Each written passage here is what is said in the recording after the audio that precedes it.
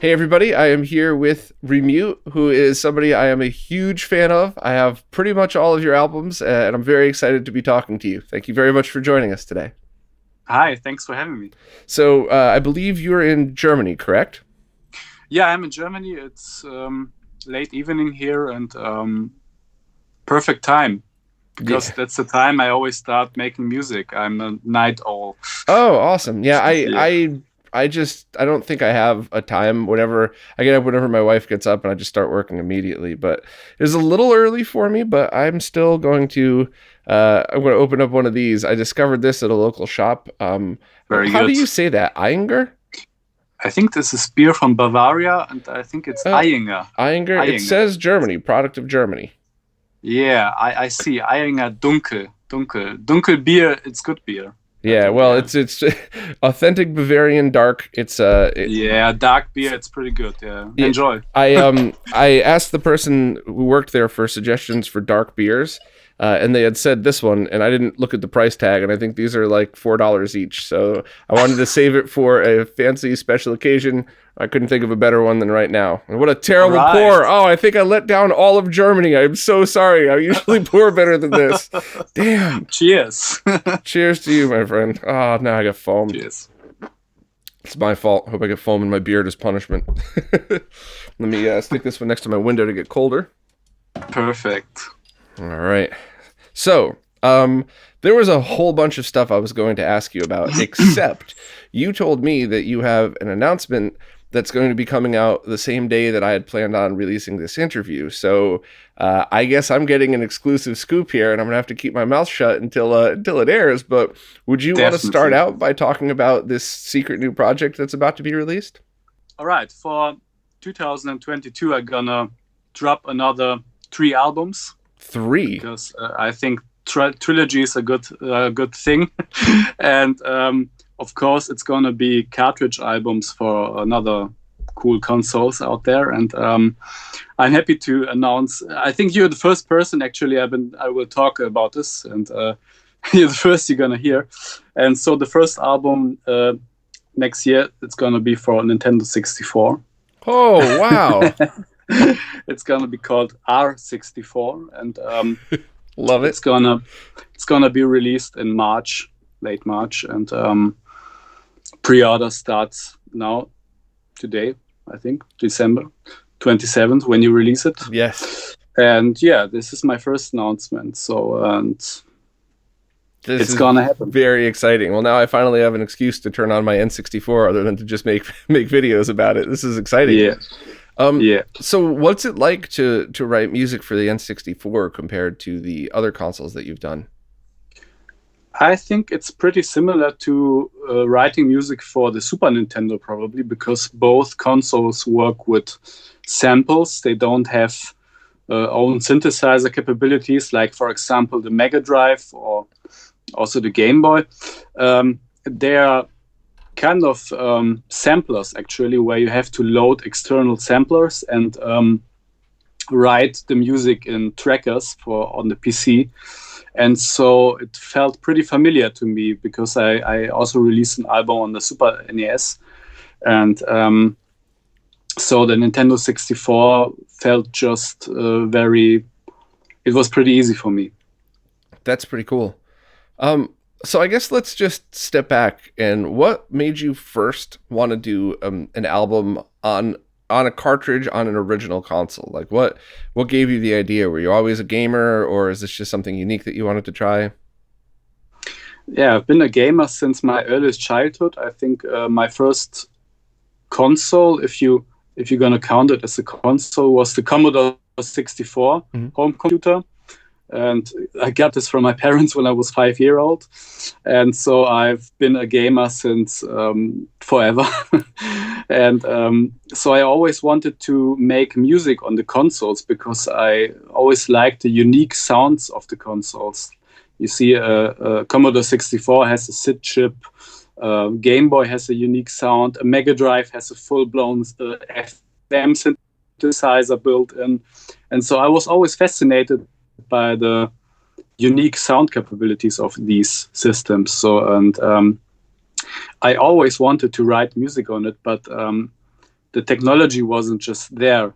And so for my first records, I'm releasing music actually 20 years now on various labels. And in the beginning, I was just sampling sounds from games here and there, but wasn't able to make music on the console.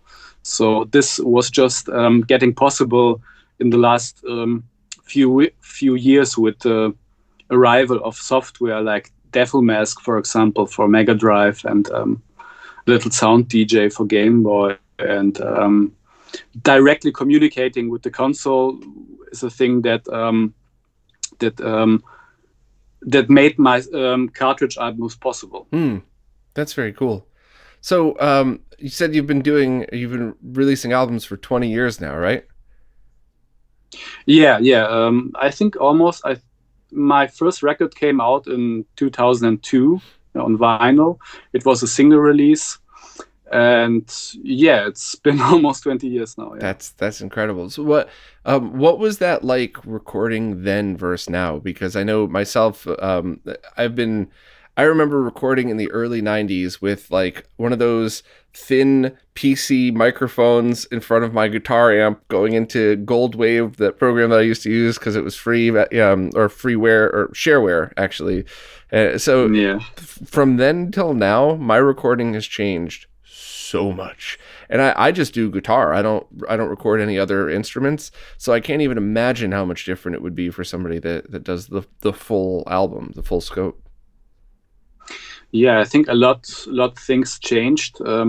When I produced music before my cartridge albums, I used standard digital audio workstations like Ableton Live or Reason, or also Fruity Loops. I think it was called Fruity Loops back then. And so it wasn't a different production technology than somewhere else. It was just standard stuff, and I've recorded my first albums all on digital audio workstations, of course with some outboard equipment here and there. Probably you can see some of my synthesizers in the background. I always like to use some analog stuff, like for example the Oberheim Matrix, to spice up things, and because software sounds so perfect always. And I always need something to sound not so perfect, to have kind of well balanced mix between old sounding devices and perfect sounding new technology. Yeah, that's such a hard balance. And the last album we recorded, the producer was a singer. And he's a very good singer, and he's great to work with other singers. But as a guitarist, I came in and I was so excited, like, oh, I'm going to go to a real studio, so we're going to be reamping my guitars, and I could try to get it to have that real sound to it, not that digital cleanliness. And he went through, and sure enough, he looped the vocals through an external analog processor to make it sound more real, less processed. And then he loaded up a basic plugin for my guitar. I went, whoa, wait a minute, aren't we going to do something more analog? He goes, yeah, I have the heat plug-in. It puts fake tape noise on it. You'll be fine. I'm like, I was distraught. I was so depressed about that. It came out great, by the way, but it doesn't sound like me. So it's like if a singer sang a perfect album and then another singer came in and recorded it the same way, it's not them though. It's a different sound, even though it was me playing. So I know the struggle that you're talking about, and it's like, it's such a triggering topic for me because I'm always trying to get analog sound, but with the ease of digital. So I don't have to do, because for a long time, people, I don't need to tell you, everybody else listening, but for a long time, if you got a perfect performance, but your mic was, 1 centimeter off centered, you gotta stop and do it all over again and hope that in the moment thing that you improvised comes back the same way. And nowadays, plugging directly into a computer and then reamping it, you can get the best of both worlds, but it's hard and not a lot of producers want to do it. So it's very cool to hear you say that you loop some of your stuff through real analog equipment to be able to get that effect through it. Definitely. I always like the kind of, the dirt that it produces. The 80s technology has some pretty different kinds of processing audio, and you definitely hear the difference. And so I like to mix it with newer stuff. Yeah, and I'm going to be jumping around a little bit here, so please excuse me, both you and everybody listening. But we're talking about analog sound. In one of the special edition packages of one of your albums, you included a cassette, and I had just gotten a Nakamichi cassette player, and I don't have the best speakers at the moment, but it was I think it was the Genesis album, correct? Yeah, I think it was the Technoptimistic. We're talking about the Stone Age Gamer special edition here. Yeah, they included a cassette tape. Yes. Yeah. So I had listened to that album quite a bit. I used your songs with your permission. I used it in a bunch of my videos. I really love a couple of the songs off of that.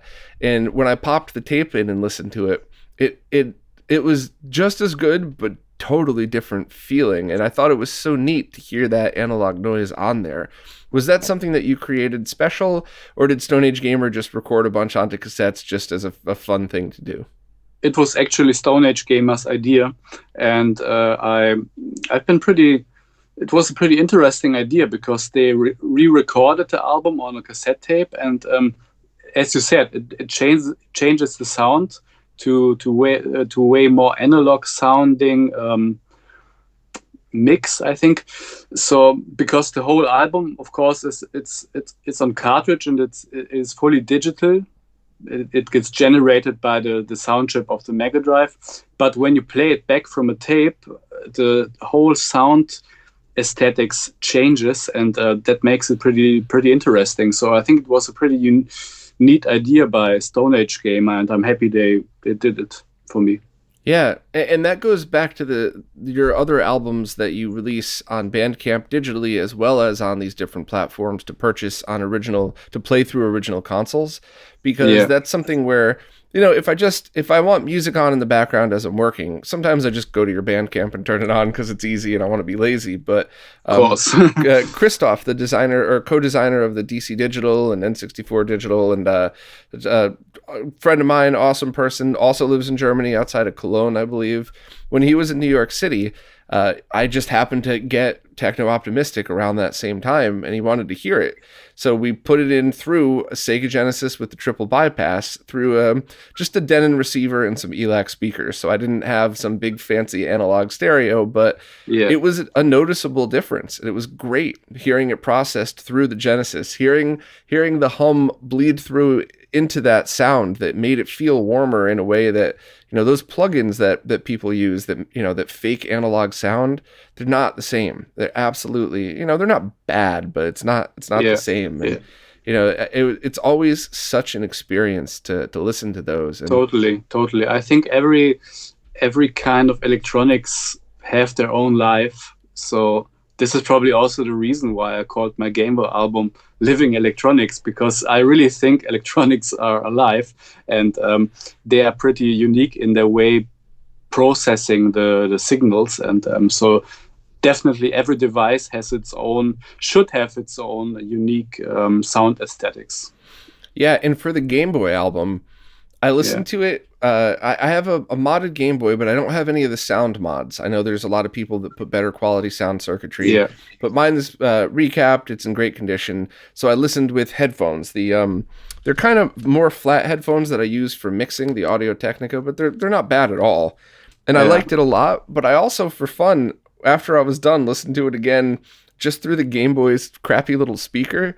And, it was another weird and neat experience. Now, I wouldn't recommend that that's the only way people listen to it, but hearing the music come through the speaker just made it feel like you were listening to a Game Boy. So it was so cool to hear the differences so striking like that. Definitely. It was an album that was made for Game Boy. I actually also wrote it on a Game Boy. Oh, wow. During this summer, I've been writing this on Little Sound DJ, LSDJ, and the whole album was made sitting outside and and enjoying the sun. I think it was made during the summer, and so it's definitely meant to get listened on crappy speakers, because I think that's the fun thing. That's the fun side of it. That's very, very cool. I like that. So out of the consoles that you've recorded albums for, did you have one experience on a console that stood out? Did you just decide, wow, it was so much more fun to write for a Sega Genesis than the Super Nintendo, or is there a preference, or are they all just unique experiences? Yes, I think they are pretty unique in their ways of handling sound. Probably Super Nintendo and now N64 are quite similar because of the samples, but in the way of preparing the music and writing the music, they are all quite unique. And some are more fun, some are less fun, and some are more limited, some are less limited. But would you be able to explain a little bit about why? Because I know there's a lot of gamers and musicians that follow the channel, and I'm sure they would love to hear your thoughts on that. Yeah, all right. So let's probably choose the Super NES as an example.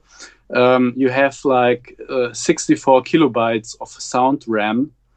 This is the space you have for all samples in a song. It's like you have to be very focused on ideas and choose the right samples for a song, and it really forces you to put very lots of effort into shaping an idea, because 64 kilobytes are like nothing. You have to use also very short samples.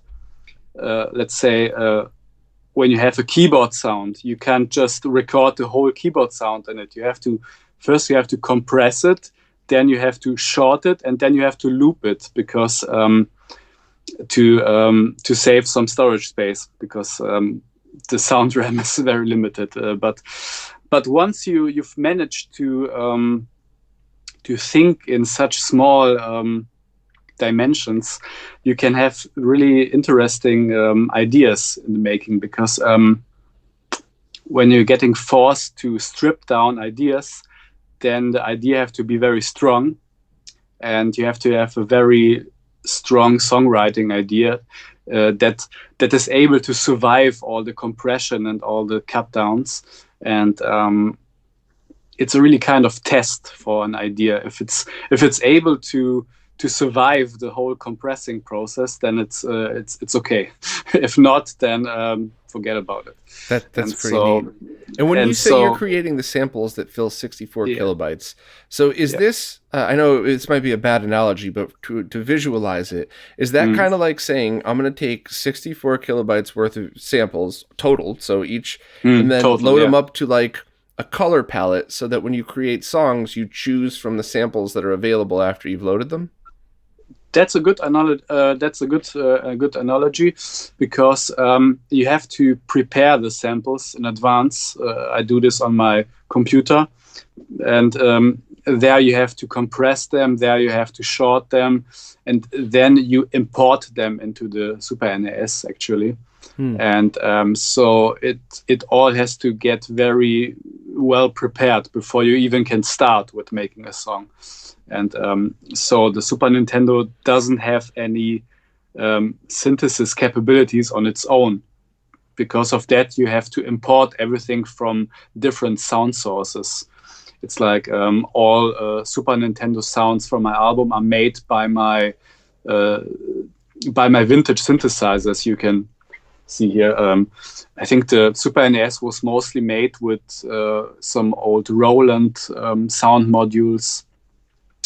And so I recorded the sound of these sound modules, and then had to compress them down to a format that is capable being loaded into the Super NES. Yeah. So when you wrote the music for the Super Nintendo, did you write it first on like keyboards and then come back and say, okay, well, I'm going to translate that into samples and then rewrite it again on the Super Nintendo? Well, I think so, yes. With my sample-based albums, I think I created most songs beforehand while jamming live with my studio setup. And I have a lot of jam sessions here, and where I just turn on the keyboards and try some ideas. And then if they are good ideas, then I probably record some sequences for later and come back to them. And so, yeah, I think the Super NES album and also the N64 albums all came out of jam sessions. Very cool. Yeah. And do you mostly write like that, or when you have another platform like the Genesis where you're using the sounds that are available and generated by the chips, do you then write it differently, or is it just whatever you're in the mood for? Yeah, I think the Genesis album was pretty different in its approach because I wrote this exclusively in the Devil Mask tracker. Mm-hmm. This is a tracker from a very cool team, multi-format tracker. And so the Genesis album was an album that was made completely inside of this tracker. That was a really different experience for me to write an album in my head first and then transfer it into events and informations in the tracker. And so yes, the Genesis album was very different in its approach. Do you have a hard time remembering when you write an album in your head? Because if I come up with a really good riff, if I don't grab my guitar, put my cell phone on a table, and play it in front of that cell phone, that riff is gone forever. That happens, of course, also to me. But working on the Genesis album really helped to memorize things and also to build things inside my head first. And that was something I wasn't probably so able to do before that. And so the Genesis album was really a kind of learning experience also for me. And that's why I also chosen the Genesis for being the first Cartridge album, because that was something completely different than I was doing years before. And when doing the Genesis album, I think it was in 2019. It was in 2019. I really had the urge to reinvent my Remute persona completely, because I was a bit fed up with the techno business, and I really had to do something new. And so the Genesis album was really a unique experience. That's very cool. So, where do you take your inspiration from? No matter what it is that you're writing, whether it's techno or whether it's the consoles. Are you one of those people that's like a sponge that just sucks up everything around them, or do you do things intentionally to get yourself inspired to write? Well, I think I definitely have a lot of inspirations from the outside world, and also from mostly from technologic themes. I think I would call myself a geek, born geek, and I've grown up with various technologies, with video games, with synthesizers, with computers, with home computers, with electronic equipment, and so I always say like electronic music is like the folk music of the computer freak, because I see myself as a songwriter in electronic ways, and I'm kind of communicating with my electronic equipment every time. I like that. I like that a lot. That's a cool saying. Yeah. So, once again, I'm just going to be bouncing around whenever you say something that sparks a question. But do you ever run into writer's block for creating music? Because that's something that so many people I know, including myself, run into, where you'll write. You'll be on a streak where you're writing songs and you're writing riffs or lyrics and everything's going great, and then you just sit down one day and you got nothing. No, it's just, does that happen to you? Of course, that happens all the time, and these are periods that can last for a couple of days, but can also last for a couple of months in the worst case. And throughout my almost 20 years of music making now, I had various times where I wasn't able to create anything, and I don't know how I'm getting out of this. It just happens. I'm just lucky to get out of this mostly in a couple of days, but yeah, writer's blockade it can happen also to me. Yeah. That's Yeah. for me it was mostly friends. So sometimes like I had to do a Yeah. project, so I would just force down some terrible riff, which would then kind of like get the Yeah. cobwebs out, and then I would go back. But it's mostly friends. Like a couple of years ago, I was all bummed out because life wasn't going the way I had thought it would, and I just said, "Oh, maybe I should just stop playing music. Maybe I'm getting too old or something." And I mean, almost a year went by, and a friend of mine, I think he did this on purpose, by the way, but a friend of mine said, "Hey, I need you to put a guitar track on this over this drum track for me." I said, "All right, what's it for?" He goes, "Oh, just do it, just try it." And I said, "All right, well, I got to get in the mood." And a couple days went by, a couple more days, and he said, "Hey, did you get a chance to do that yet? You know, I really need it." And I said, "All right." And I sat down and I turned on because the one thing I always do is I don't listen to anything somebody sends me until my guitar is plugged in and I'm ready to record, because I don't want to forget any ideas and I want it to be fresh. So I got everything plugged in. The drum track went on and I'm going, all right, this is neat. I don't even know if I could do this anymore. And then all of a sudden I just started playing and I wrote the whole song. It was just, he just inspired me with a really great drum riff. So Yeah, it's always a kind of mysterious thing to get out of these periods of like doing nothing, and then suddenly you have a spark, you have an idea, and then you're back again, back on track. And I'm really grateful for this periods of getting a lot of inspiration easily, because I know these periods where nothing can work at all. And so I had these periods a couple of years ago where I wasn't able to write anything for months. And I just started buying new synthesizers and new softwares, and it didn't help. And so the way out is definitely not buying new equipment. But I think the way out, it just happens. You can't trigger it. You just have to wait, I guess. And it's a mysterious thing. Yeah, Renee from DB Electronics, who makes those the amazing circuit boards that people make Genesis cartridges on, he does that. He'll get a new piece of electronic gear that will force him to make more music. So he built an amp from scratch. He built a couple of guitars from scratch, and that the creation of that inspires him to play music. But that doesn't work for me. If I got a new guitar, I would sit there, I would get it all tuned and play a couple songs, and then if I wasn't in the mood, it would sit there next to the rest of them. Definitely, it was just like this for me. I bought brand new synthesizers and turned them on, and nothing happened. So definitely, it's not a matter of equipment for me. It's more a matter of a mysterious thing called inspiration. Yeah. One of the things that I assumed, and please correct me if I'm wrong, but having the limitations of what the consoles can do, even though it's a limitation, that must be inspiring in itself, because it's like I can't believe I'm forgetting his name, but there's a guitarist. I'm gonna feel very stupid for forgetting his name. A very famous guitarist from Rage Against the Machine. Do you remember him?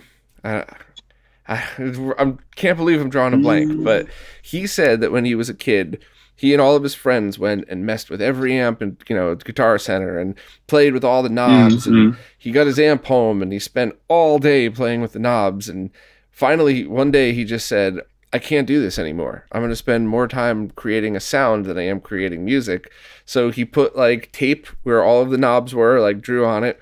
And he said that's been how he records all of his music from Rage Against the Machine all the way till now, is he has that same amp from when he was a kid with the knobs in the same place. And he says that limiting yourself like that, that's what kind of made him look into other directions, and that's what made him do some of those crazy effects, because he never messed with his amp again.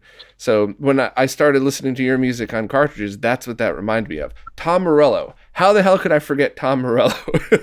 That's his name. Yeah, Tom Morello. But when I first started listening to your albums on cart, that's the first thing it reminded me of was, did that limitation force creativity as a result?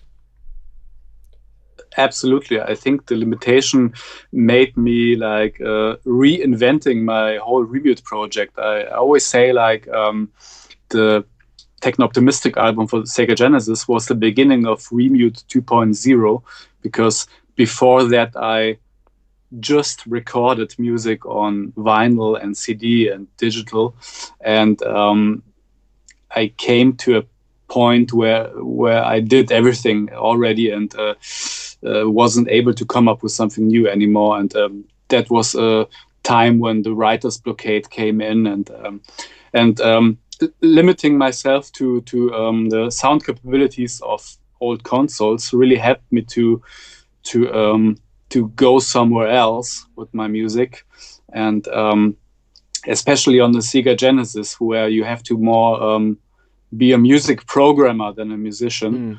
It really helped me to redefine Remute. That's very cool.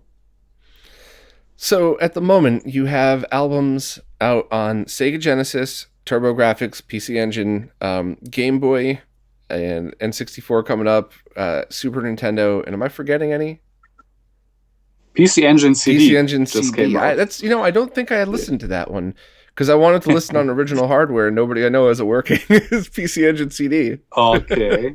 I think people have duos though, so I should probably borrow those and kind of see, hopefully recapped, because you know how those duos can just fall apart over the years. But they are really temperament. They have temperament, and they are not very reliable. And so I was very happy to see the announcement of the Analog Duo, because a lot of the old turbo duos and other CD consoles are failing at the moment. And I also had some failing CD consoles when I worked on the PC Engine album. So actually I had to buy 3 before I get one that works properly. And especially with CD consoles, it's the lasers are worn out, the drives are getting old, and it's not fun, I think, with CD consoles. And it was pretty hard work to initially I thought like working on a PC Engine CD album will be a very easy thing, because the music is just CD audio in this case. It's not a chip tune like, for example, Genesis or Super NES. It's just CD audio, but making this all work on the PC Engine CD was pretty hard in the end, because we had to program everything for this single speed CD drive. Yeah, because it's a very slow CD drive, and if you overload it, then everything crashes. And I think it was a pretty hard work in the end. Unexpectedly. I wouldn't have thought of that. That's pretty funny. So that was actually going to be another question I asked, is when you're listening back to these to check through and, as you're recording and creating, do you listen back through emulation or on original hardware, or a mixture of both? I think I'm always aiming for the real deal, for the real experience on real hardware. That's why I just try the music on real hardware before I release them. Everything gets tested, of course, on real hardware. But some of my albums work pretty well in emulation too. I think the Super NES album works flawlessly. The Game Boy album works okay in emulation. The Genesis album doesn't work properly with most emulators, because I think the FM sound is not so perfect in all emulators. I think there's one emulator that emulates it perfectly. It's called Blast. I was just going to say, I bet you it's Blast M. Yeah. I think this is the one that really emulates it very well. But the clone consoles based on emulation, like Mega Drive Mini or others, they pretty much fail in playing it back, unfortunately. And so not all of my albums work 100% in emulation. So this is why I really recommend running them on real hardware. I've also tested them on Mister, and I obviously don't hear the same things you do as the creator of these songs, but it was very, very close. And I think the only thing it might have been, I think the biggest difference, much bigger than accuracy of the emulation, is that it's very clean sounding because you don't have the, you know, the old 1980s circuitry. So, but I was very impressed with that. And I played it through the analog Mega SG, and that seemed okay as well. Definitely. I think all the FPGA-based solutions are also very good because they are almost the real deal, I think. Yeah, you can call it like this. And they have this very clean circuitry, not the old 80s, 90s circuitry. And so I think in the case of the Mega SG, it's a pretty hi-fi solution playing back my album there. And I heard also from a lot of people buying the Analog Pocket right now that my Game Boy album sounds pretty clean there too. And which is a good thing, because I think especially in the case of a Game Boy, you have older Game Boys where the speakers aren't that good anymore or something else. And so having this clean circuitry, this clean authentic circuitry, FPGA based, and I think that's a good thing. Yeah. Cool. So have you messed with the Sega Master System at all and considered creating music on that? I've been messing around with PSG based systems like the Master System, of course. In Devilmask also can make music for Master System and Game Gear. But I think so far I didn't came up with anything, because even for me, PSG-based solutions are maybe too limited, because you cannot, in my case, I cannot come up with the sounds I have in my mind with only the PSG possibilities. But that maybe could change in the future. I'm not sure. But right now, I don't think I can come up with something. Well, I recently interviewed Maxim, who is one of the people who's always contributing and working on SMS Power.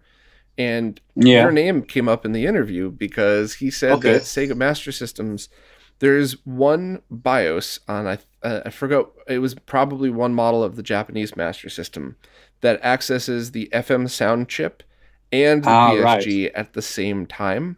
And he said he thinks it should be able to, you should be able to do that with homebrew stuff as well. So I said, I wonder if that's something that you'd ever discovered. So I'll send you the documentation in case, you know, you never know. Maybe that's the spark for inspiration that you would need for that. Yeah, I definitely know that there were some Master System releases that used additional FM chips. I wasn't sure if they are built into the cartridge, like a kind of expansion kit, or there are Master System consoles out there that have FM chips. I'm not sure. Probably some Japanese models. So I'm not sure. I'll be quick about it because this isn't the podcast about the Master System, so I don't want to take up too time. But I do like the console a lot. But it started out definitely. Yeah, it started out as the Mark III, and then an FM sound module was sold that plugged into it. So any game that was created that was allowed to access that would just automatically do so. And then once the Master System started to gain more popularity, a new version was released in Japan that kind of sort of looked like the US and UK version, the long, wide, triangular, wide pyramid looking one. And that came with the FM sound chip built on the motherboard. And that's the one that, it's the easiest way to access it.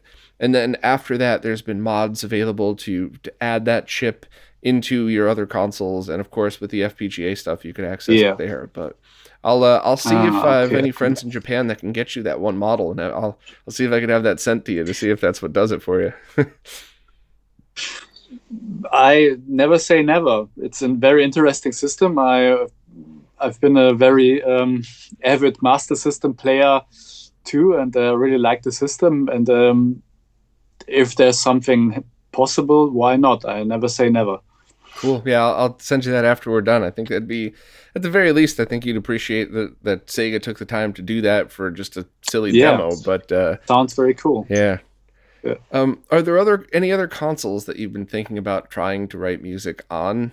And you've gotten most of the major ones, at least cartridge based, of course. But yeah, definitely. I mostly like the consoles that have their very unique sound chip. Like, for example, coming back to the Sega Genesis, it has a FM sound chip where you can really hear the difference instantly. And so all the modern consoles, when you look at the PS4 or PS5, they don't have any sound chips anymore. They just play back sound files, and so all consoles sound the same today, which is a little bit, this is a missed opportunity to make a console unique, because back in the day you really could recognize a console by its sound. When you hear when you listen to a Super Nintendo or listen to a Game Boy or listen to a Commodore 64 even, you instantly could hear that this is this system. And so I'm really interested in making music for systems that has these unique sound capabilities. And so, as you said, I really had the major consoles. I've made albums for all major consoles, but there are still some consoles out there, some obscure consoles that are still on my list. And but this year, first, I have albums coming up for N64, and then also for Game Boy Advance. Yeah. This is something I wanted to do for a long time, because the Game Boy Advance is also very interesting and quite similar to a Super Nintendo, actually. And that's going to be such a challenge, because the Game Boy Advance audio hardware is pretty terrible. So to work under those confines, that should be pretty interesting to see what you come up with. Yeah. The Game Boy Advance has sound hardware that has to be you have to provide the samples on your own, similar like for the N64 and for the Super Nintendo, because it doesn't have its own synthesis capabilities. You have to just fill it up with sounds you made somewhere else. And so it was a very interesting experience making music for it. But these albums are all finished and in production now. And as I said, there will be 3 albums in 2022. First is for the N64.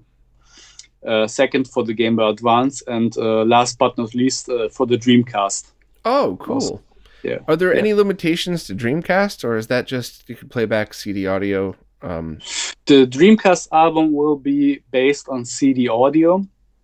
It will be more focused on graphic demos this time, because I've teamed up with a very cool guy from Germany, Duranik. He made the shoot 'em up Sturmwind. Mm-hmm. Maybe you know it. Mm-hmm. It's a very famous shoot 'em up, and was a pleasure working together with him on this album. And so the Dreamcast album, it's quite. There are no limitations to music there. It's limitless, and it's 128. It doesn't have any limitations. That's pretty cool. And you know what you said? These are my plans for 2020. Yeah, that's very, very exciting. And what you said about a lot of these consoles having a very distinctive sound, even with Super Nintendo, even though you created the samples and you put them on there, the moment I turned on the album, you know it's a Super Nintendo. It just has that sound to it. So it is kind of cool, that the only other, Master System mostly, but Sega Genesis definitely, Super Nintendo definitely. I could just tell right away, and NES as well. Have you ever created any music on the original NES or Famicom? I'm also working on some NES music. I'm also a big fan of the NES, but I didn't came up with something substantial right now.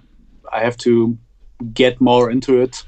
But as you said, it has a pretty unique sound, and you instantly can tell this is the NES, and this is what makes these consoles so interesting. Yeah.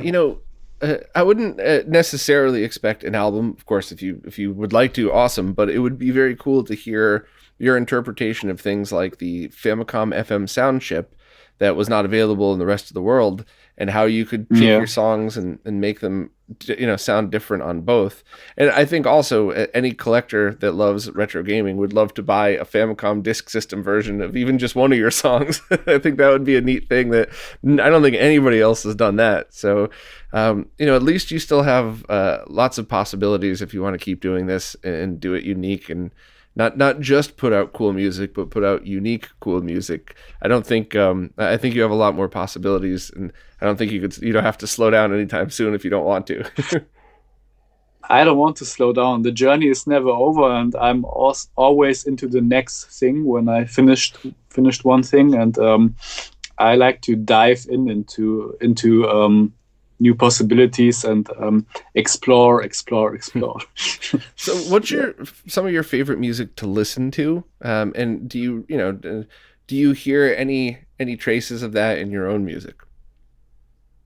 Yeah, myself, of course, I'm listening to a lot of music, and maybe in the background a small part of my record collection. Yeah. I really like to listen music from vinyl. I like to buy old obscure vinyl. I like 80s electronic music a lot, and also contemporary electronic music. I listen to everything, not only electronic music. I listen to every music, and try to translate these inspirations into my own language. And so you said before, like, I'm kind of like a sponge that sucks everything up. That definitely sums it up. Yeah. It was funny for me because there was one breakdown in one of my songs where I played it for my cousin, who he and I have seen, without exaggerating, at least 100 shows together, probably a lot more than that growing up. We loved music, and we both loved the band In Flames. And I played him the song, and he goes, "Oh, that's cool. I like it." I said, "Well, what'd you think of the middle?" He goes, "Oh, it was a really cool breakdown." I went, "Did it sound like anything else?" He goes, "Not really." I said, "I kind of, after I recorded it, I feel like I ripped off this riff from this song at this point." And he goes, "I love that song, and no, I don't hear that at all." So it was weird to me because, like, I thought that I accidentally stole it, and then I had other people come back and be like, "Isn't that a riff from a Heart song?" I'm like, "Wow, I think it might be. I guess, sort of. I don't know." Like, so I stopped thinking about it. I don't intentionally steal anything, and if something of mine sounds similar, it's not intentional. Because every time I thought maybe it did sound similar, nobody else agreed. So I was just like, you know what? Then I'll call it my music. So whatever. That can happen. I think the subconscious is definitely like a sponge. Mm-hmm.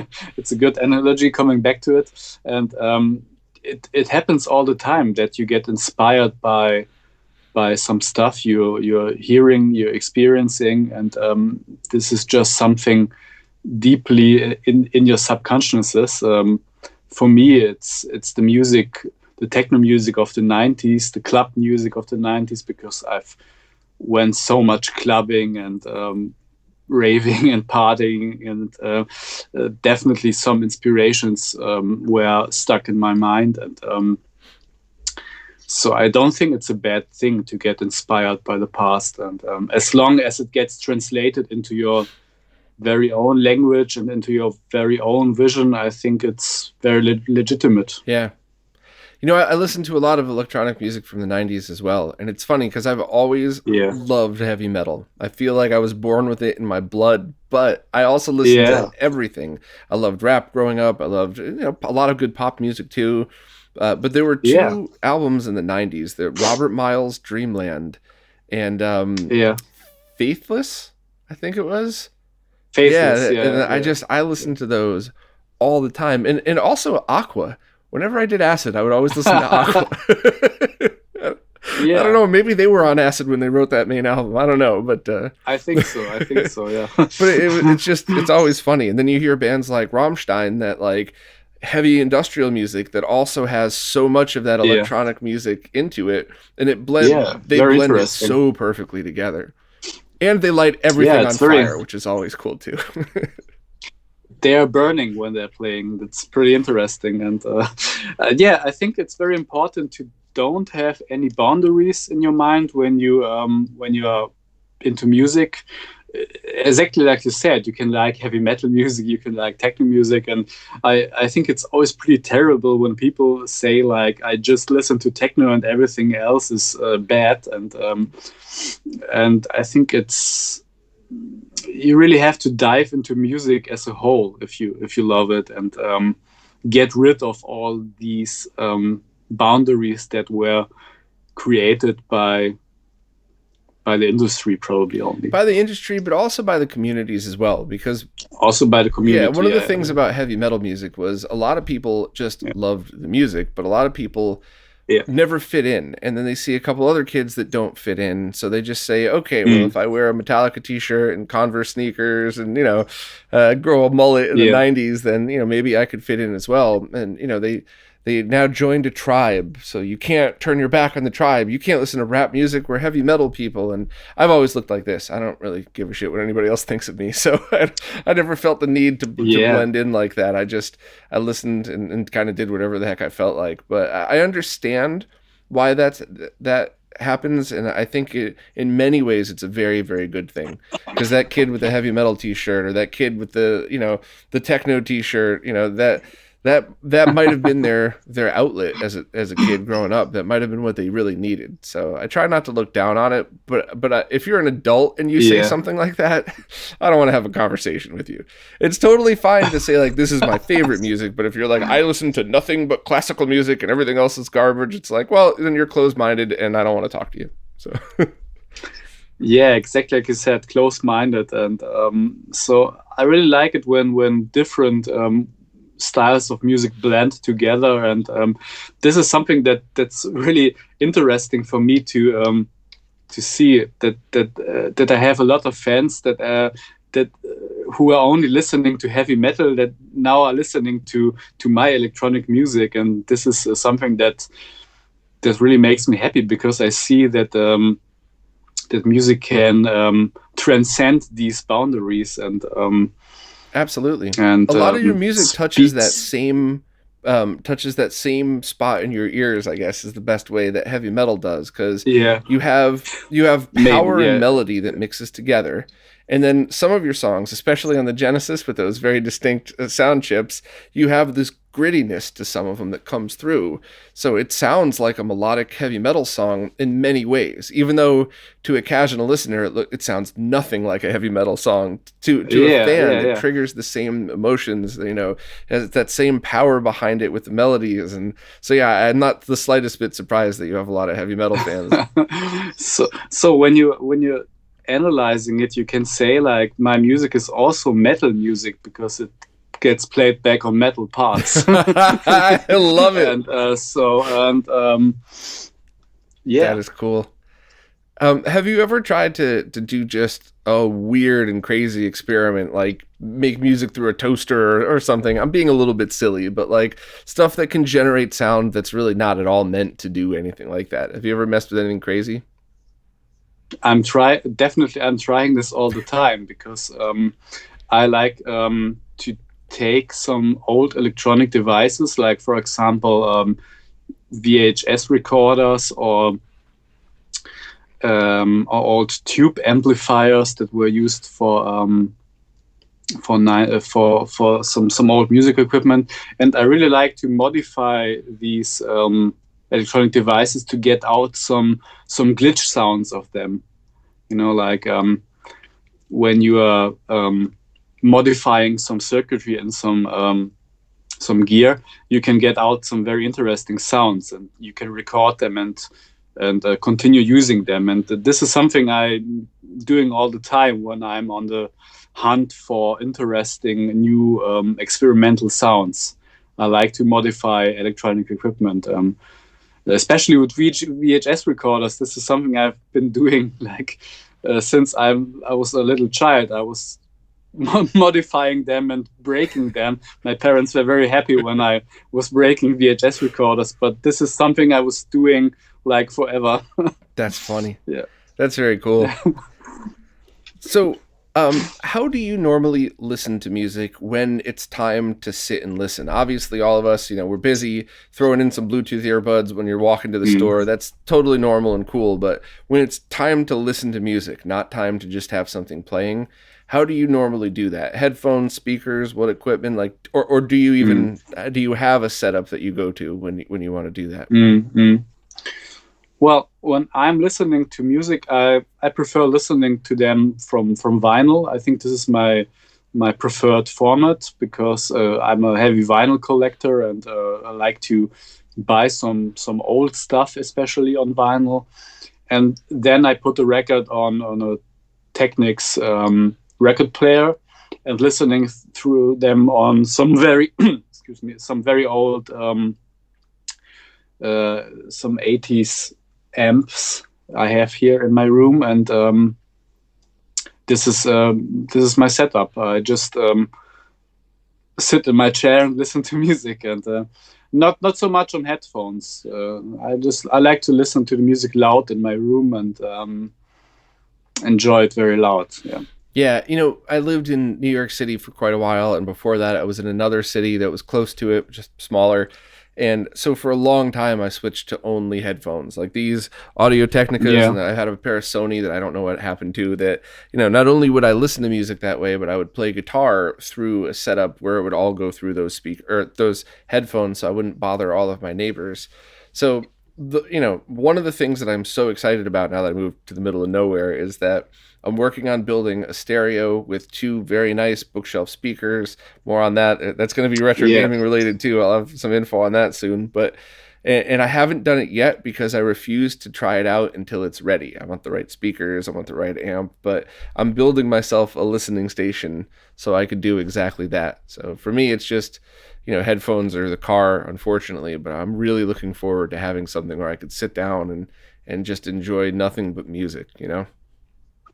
Definitely, definitely. I also think the room is also very important where you listen to music. It just makes so much for the sound. When um, my speakers are pretty old, but they kind of blend well together with my room. I'm listening music, and I will never exchange them. They're now, I think they are now 30 years old, and I have them since I've been a kid. And I'm using them also for making all my music on the same speakers. It's a kind of marriage with my speakers, Yeah. and I will never change them.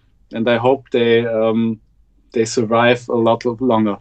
That's a very good point because the room also, like the vibe of a room, like I'm not sure if you could see, but like that's like I got my CRT Nice collection TVs. there. Yeah, so like I'm working on Yeah, getting a good vibe in this room, but as far as cool. listening in the room, like I have a set of ELAC speakers, and when I lived in the Yeah, city, I had these two cheap bookshelves, but for some crazy reason, those speakers inside that bookshelf, the audio reverberated through them and into the floor so that it sounds so much better than in my living room now.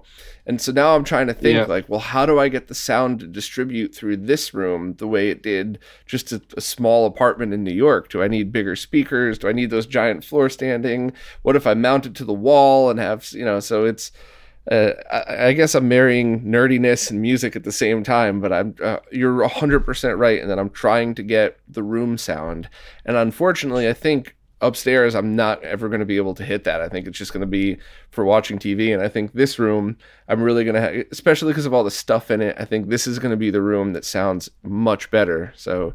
Yeah, you're totally I right. think so. I think so. It also matters how full the room is of stuff. If you fill it up, there's a lot of stuff to resonate, in my opinion, and that makes up for good sound.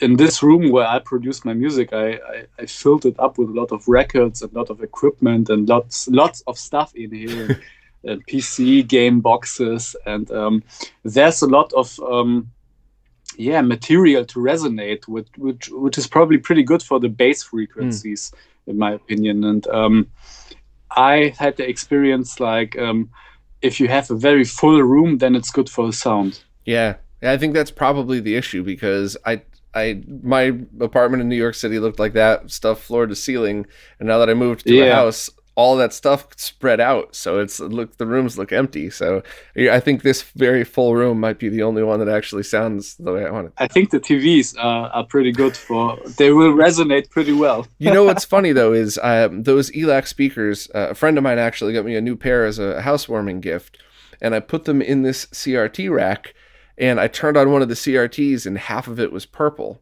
And I forgot that speakers aren't shielded anymore because you don't need to shield them in front of flat panels, which is why I'm going down a very crazy path to get some good shielded bookshelf speakers for that. But that's the last piece of the puzzle for this room. That, and I want to calibrate the record player before I use it because somebody said, you should do that. Okay. Okay, nice. But really nice TV collection. Really. Thank you very much. Really cool stuff. So, that's actually vinyl records. That's something I wanted to ask you about because you release a lot on vinyl and you have a very cool collection there. So when you're in the mastering process, do you do that completely different, knowing that, these files are going to be put on vinyl and these are going to be put digitally and these are going to be put on a Sega Genesis cartridge? Or do you just kind of let the format decide for you? Yeah, there's definitely some points you have to be aware when producing for vinyl. The N64 album that is coming up will also have an additional vinyl. You have like kind of a plus edition where you can purchase also a 7-inch vinyl along with it. It has 2 songs from the album, especially mastered for vinyl, because you really have to be very aware that vinyl is pretty different than digital formats. You have to be very careful with the bass frequencies. You have to make some frequencies mono. You have to be very careful with the fine tuning. And so, yeah, there's definitely another mastering process involved when doing stuff for vinyl than doing stuff for cartridges. Yeah, definitely. And so it was very important for me to also provide some songs from the N64 also for vinyl, just to have this difference. And it's a kind of additional item if people like to get the vinyl. It will be pretty limited. I think only 100 vinyls will be made, and the 7-inch, a colored 7-inch vinyl along with the N64 cartridge here. I remember we didn't get ours mastered because it was driving me crazy that every single thing that I listened to it on sounded totally different. And then we ended up not doing vinyl. So we got it as close because, I still didn't get the guitar sound that I wanted. So we got it as close as possible. And I just kind of let the formats decide. But if I had gone vinyl, I absolutely would have spent the extra money. And in fact, there was somebody locally around New York that still has the analog mixing boards and the analog mastering boards. So the version that they would have done for vinyl would have been completely different through a completely different set of equipment. Not just the settings, but the equipment they were going to use was different. But I said maybe I'll do that in the second one, and then it's 6 years later and I haven't finished the second album yet. So definitely, it definitely sounds pretty different on vinyl because, as you said, I also been going the route for mixing down all the channels and some analog outboard equipment, and you really can hear the difference in the end. And if you're not too careful with mastering, then it sounds completely different than your initial song. But pretty happy with the vinyl mastering now, and I think it's a nice additional item for the N64 album. Agreed. And now that I'm building my setup, I'm going to be buying the vinyl versions as well as the just the cartridge versions. Cool. One last question for you. So, and I might be wrong about this, but you've released all of these albums on all of the cartridge albums, and I think you've released the ROMs for 1 or 2. But have you considered, after your pre-order period's over, after you've sold the cartridges, have you considered putting the ROMs up for sale so people with ROM carts who want to use original hardware but don't have the space for extra stuff could just do it that way?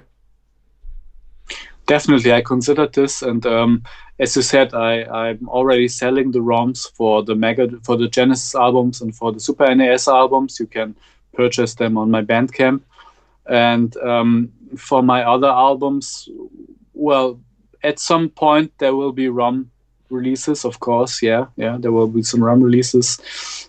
But for now, I'm concentrating on the cartridges because a lot of people like to have it on cartridge and buy it for their consoles. And so I'm focusing first on cartridges. Yeah, it makes sense. It's the full. You get the real unique experience out of all of it. So I would do the same thing if I were in your shoes and concentrate on that, and then swing back around eventually to release the ROMs for people who want to buy it that way. Yeah. Probably at a later date there will be some ROM releases also from the Game Boy album or the PC Engine album, and I never say never. And every time I've gone to listen to your music on Bandcamp, I think almost all of your music's available just to listen to there, right? Yeah, you can. Everybody who's purchasing my music through Bandcamp also gets download codes to digital versions of the album. You can just download audio files there on Bandcamp, which were recorded from the consoles. Mm-hmm. Yeah. So if you don't have the consoles or don't like to listen on a console or whatever, you can just download the audio files from Bandcamp. You get the audio files for free, of course, when you purchase the cartridge. Yeah, and so this is what I'm doing with all my albums. That this is a service for the fans that they also get audio files along with my albums. That's very cool. And how about streaming? Because I go to my D drive and click on the Remute folder. That's how I play most of your music when I want to. But are they available for streaming for people that want to listen to it first before deciding if they want to pick up the album or not? Yeah, you can of course also stream it for free on Bandcamp. Okay. Yeah, but you can also stream my music on Spotify and others. Yeah, I'm also featured there. And do you have a preference? Do you get like picked up in the Spotify algorithm if we all listen there or something like that, or does it not matter? Well, personally, I'm not that huge Spotify fan, to be honest, because I think the technology is still quite sloppy and still quite laggy, and I'm not a Spotify fan. I'm too old school. I'm a vinyl fan. I don't know if I'm if I'm the right person for talking about these modern music listening technologies. But I don't think that I will be very. I don't judge people how they listen to my music. They can listen to my music however they like, and I provide many ways of listening to my music. And if you like to listen it on Spotify, okay, go on. If you like to listen them on the Mega Drive, fine. And so what I can say is the most authentic experience is popping in a cartridge into the console and turning it on, because this is then the most authentic sound you can get out, and this is also the sound which I was aiming for while producing the album. And so if you want the real deal, then listen to it on real hardware. So that's exactly what I thought you would say, and I worded my question wrong, but in the scenario of like, I'm out with a couple of friends and I say, hey, have you heard Remute's new album? No. Oh, let me throw on a song real quick to see. So if you have to stream it, is there one that helps you more than the others? Because I also personally have a very huge problem with Spotify's CEO walking around with hundreds of millions of dollars made off of the backs of broke musicians.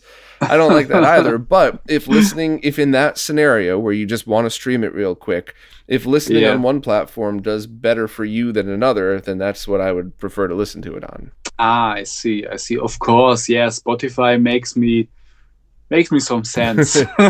So if you fire it up on Spotify, some money is definitely made on Spotify, and I'm not complaining because Spotify is not my main focus. And as you said, it's really weird that the CEO of Spotify is going home with hundreds of millions. it's a very weird story, but I don't care that much because Spotify is not the platform where I'm happening. Yeah, it's not like Stone Age gamers going home with millions of dollars from selling your cartridges. So I'm not sure. No, I think they're very fair. So I think, I think all of us would rather support you that way, directly through your cartridges. But I did want to ask the question because there's just so many times where it's like you don't have the cartridge, maybe you don't have the song on your phone. So that's so in that case, I guess the answer is Spotify. But if you like it, buy it, and don't make the Spotify CEO money, make the creators money instead. I'd be happy. Well, thank you so much for taking the time to do this. Thank you for doing the N64 reveal on this. I feel very honored to be part of this release. Yeah, you're the first. You're the first I've been talking to about That's very cool. Yeah, so I will have links to absolutely everything in all of the descriptions so people will be able to get to you right away. If they're on their phone and they don't have the ability to buy the cart, you could do the Spotify link. But if you're at home, pick up the cartridge, and I'll continue to cover your work, and all of us will on RetroRGB because we're all fans. Thank you. Thank you very much. Thank you very much. It was a pleasure, and thanks again for having me, and thanks for your ongoing support, and thank you.